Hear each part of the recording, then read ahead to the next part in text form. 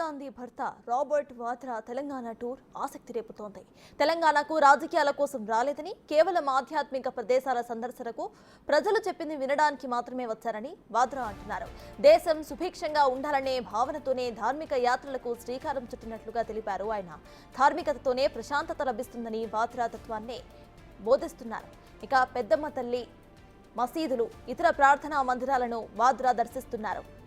దివ్యాంగులు, అంధులను కలిసి వారి సమస్యలను అడిగి తెలుసుకుంటున్నారు. వాటి పరిష్కరించేందుకు కూడా కృషి చేస్తానని తెలిపారు. ప్రజలు మార్పు కోరుకుంటున్నారని, ఆ మార్పు మరో ఐదేళ్లలో వస్తుందని అన్నారు. అయితే రాజకీయ టూర్ కాదంటూనే దేశ రాజకీయాలపై వాద్రా చర్చిస్తున్నారు. తాను రాజకీయాల్లోకి రావాలా లేదా అనే అంశాన్ని ప్రజలే నిర్ణయిస్తారని అంటున్నారు. వయానాడ్లో ప్రియాంక గాంధీ పోటీ చేయటం సంతోషకరమని అన్నారు ఆయన. కశ్మీర్, హర్యానా, మహారాష్ట్ర ఎన్నికల్లో ఇండియా కూటమి మంచి ఫలితాలు సాధిస్తుందన్న ధీమా వ్యక్తం చేశారు.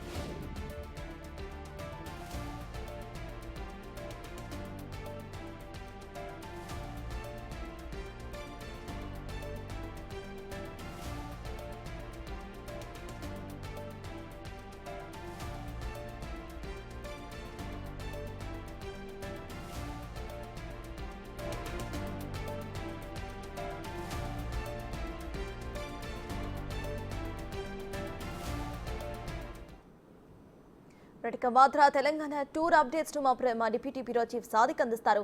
సాదిక్, చెప్పండి, వాద్రా తెలంగాణ టూర్ స్కెడ్యూల్ ఎలా ఉండబోతోంది? ప్రెజెంట్ అప్డేట్స్ ఏంటి?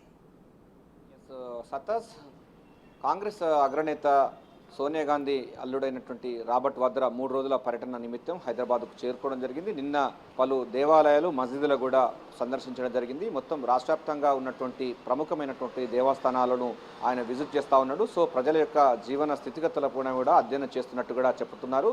ఇంతేకాకుండా ఆధ్యాత్మికమైనటువంటి చింతన, అదేవిధంగా ఆధ్యాత్మికతోనే మనసుకు ప్రశాంతత వస్తుందని కూడా చెప్తా ఉన్నాడు. సో దీనికి సంబంధించిన దానిపైన కూడా నిన్న పెద్దమ్మ తల్లి టెంపుల్కు వెళ్ళడం జరిగింది. అక్కడ అమ్మవారి యొక్క ఆశీస్సులు తీసుకున్న తర్వాత మస్జిదే బక్ఫీ సంబంధించినటువంటి మస్జిద్ని కూడా సందర్శించడం జరిగింది. అక్కడ కూడా మత పెద్దలైనటువంటి మోజం సాబ్తో కూడా మాట్లాడడం జరిగింది. వారి దగ్గర నుంచి కూడా దువాలు తీసుకోవడం జరిగింది. దీంతో పాటుగా ఇప్పుడు ఈరోజు వాద్రా మరి కాసేపట్లో గోల్కొండ పోర్టుకు వెళ్ళబోతున్నారు. గోల్కొండ పోర్టుకు వెళ్ళిన తర్వాత అక్కడ కుతుబ్ షాహీ టౌన్స్ కూడా సందర్శించబోతున్నారు. ఇక్కడ ఉన్నటువంటి తెలంగాణలో ఉన్నటువంటి సంస్కృతి సాంప్రదాయాలకు సంబంధించింది, గత ప్రభుత్వాలకు సంబంధించినటువంటి అంటే నిజాం కాలం నాటి సంబంధించిన చారిత్రక కట్టడాలను కూడా ఆయన సందర్శించబోతున్నారు. సో ఆధ్యాత్మికమైనటువంటి విధానంతోనే మనసు ప్రశాంతత ఉంచుతానని కూడా ఆయన ఒక తత్వాన్ని బోధిస్తున్నాడు. సో రాజకీయాల అంశాలపైన కూడా తనకు ఆసక్తి లేనప్పటికీ ప్రజలు కోరుకుంటే మాత్రం డెఫినెట్గా రాజకీయాలకు వచ్చే అవకాశం లేకపోలేదనే మాటలు కూడా ఉన్నది. సో వాద్రా హైదరాబాదు, తెలంగాణ పర్యటన పైన చాలామంది మొత్తం కూడా ఉత్సాహంగా చూస్తున్నారు. సో ఆసక్తిగా గమనిస్తున్న పరిస్థితి కనబడుతుంది. ఎందుకంటే కాంగ్రెస్ అగ్రనేత ప్రియాంక గాంధీ యొక్క భర్త కావడంతో హైదరాబాద్కు ఎందుకు వచ్చారు, ఏ ప్రాంతాలు తిరుగుతున్నాడు, ఏ యొక్క టెంపుల్స్ను సందర్శిస్తున్న కూడా రాజకీయ వర్గాల కూడా చర్చ కొనసాగుతుంది. అంతేకాకుండా వయనాడ్లో ప్రియాంక గాంధీ పోటీ చేస్తున్న నేపథ్యంలో అక్కడ ఆమె తప్పనిసరిగా గెలుస్తుందని కూడా స్పష్టం చేస్తున్నారు. అదేవిధంగా ఇండియా కూటమి మహారాష్ట్ర కానీ హర్యానా ఇతర రాష్ట్రాల్లో జరిగేటువంటి ఎన్నికల్లో డెఫినెట్గా ఇండియా కూటమి గెలుస్తుందని కూడా ఆయన దీపం వ్యక్తం చేస్తున్నాడు. రాజకీయాల వైపు తాను సంబంధించిన విషయాలు ఎప్పుడు వస్తారో అన్నపైన కూడా ఆయనైతే స్పష్టత చెప్పలేదు. కానీ ప్రజలు కోరుకుంటే మాత్రం తాను రాజకీయాల్లో రావడానికి ప్రజలు నిర్ణయిస్తారని కూడా స్పష్టం చేయడం జరిగింది. ఈరోజు కూడా రాబర్ట్ వాద్రా కొన్ని పుణ్యక్షేత్రాలు, అదేవిధంగా కొన్ని చారిత్రక కట్టడాలను సందర్శించబోతున్నారు.